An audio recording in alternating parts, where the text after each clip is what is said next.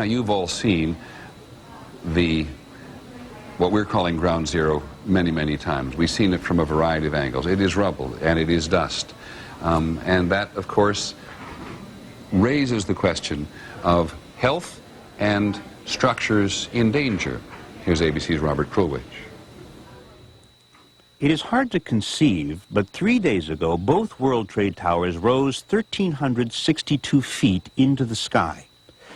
Visit those same towers today. At their tallest point, they rise maybe 100 feet above the street.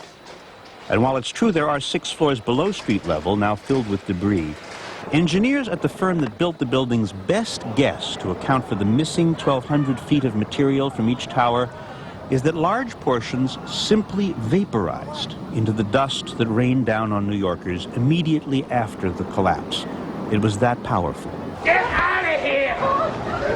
We're talking here about 43,600 windows, 600,000 square feet of glass, 200,000 tons of structural steel, 5 million square feet of gypsum, 6 acres of marble, and 425,000 cubic yards of concrete, turned in good part into a cloud, says environmental medical doctor Stephen Levin.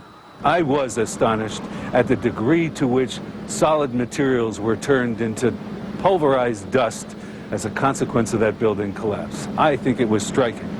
The Environmental Protection Agency has been sampling the dust, and one specialist told ABC they believe the clouds that appeared immediately after the collapse were mostly gypsum dust from drywall, cement dust, and plaster, which can cause problems. Cement dust is an irritant. Fine glass powder is also an irritating material.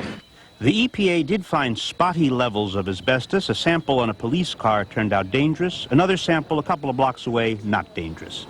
But most interesting, in the mix, they are looking, they think, at specks of steel that used to be beams and elevators, marble from the lobby floor and facings. So what were once the strongest architectural elements in the 2 towers were pulverized, large portions turned into clouds like this one.